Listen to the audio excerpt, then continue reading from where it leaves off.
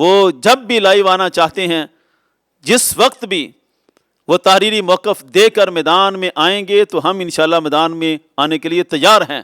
ہمیں مت کوئی سمجھے کہ ہم صرف کلپ کھیلنا جانتے ہیں، ہم ہر کھیل ہی جانتے ہیں۔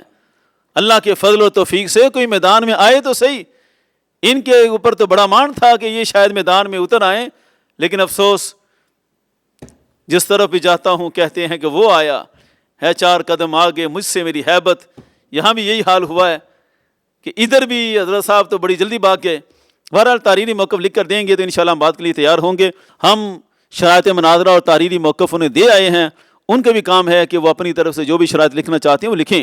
جان بین کی اتفاق رائے سے مزید اس میں جو تبدیلی ہوگی وہ بھی قابل عمل ہے، کوئی ایسا مسئلہ نہیں ہے، لیکن ایک دفعہ وہ اس کے لیے کھلے دل سے تیار ہوں، بغیر کسی مکر و فریب کی چالوں کے۔ ہمارے ساتھ مکر و فریب کرنے کا مت سوچیں۔ اللہ کے فضل سے لا یلدغ المؤمن فی حجر واحد مرتین، دوسری دفعہ مومن ڈنگ نہیں کھاتا، ایک سوراخ سے بہت ہو گیا یہ مکر و فریب کا سلسلہ۔ تو اب وہ بات کرنا چاہتے ہیں تو ٹھیک، ورنہ ہماری طرف سے پھر بیانات آئیں گے اور انہوں نے جتنا شر پھیلایا ہوا سب کا رد آئے گا۔ ہم اپنے موقف کو ڈٹ کر بیان کریں گے اور ڈنکے کی چوٹ پر کریں گے۔ ہمارا موقف کھلی کتاب کی طرح واضح ہے۔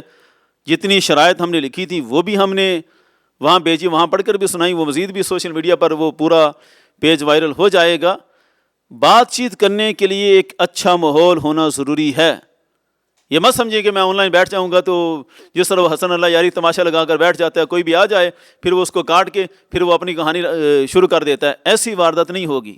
ایک ایک چیز ریٹن طے ہوگی، اور کس چینل پر ہوگا یہ سارا معاملہ، مکالمہ، یہ بڑا کچھ ہوگا۔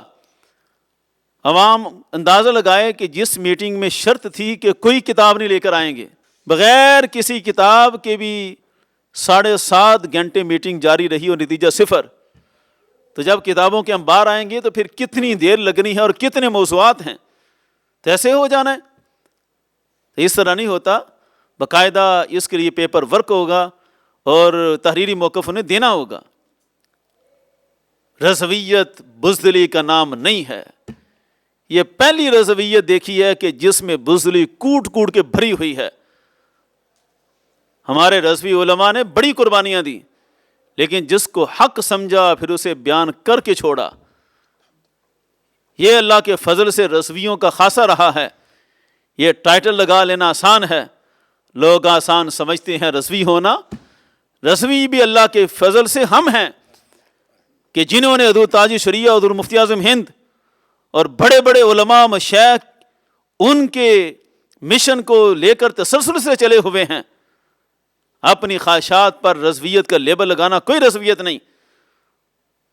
اب ان کے اوپر قرض ہے کہ وہ اپنا موقف تحریری لکھیں۔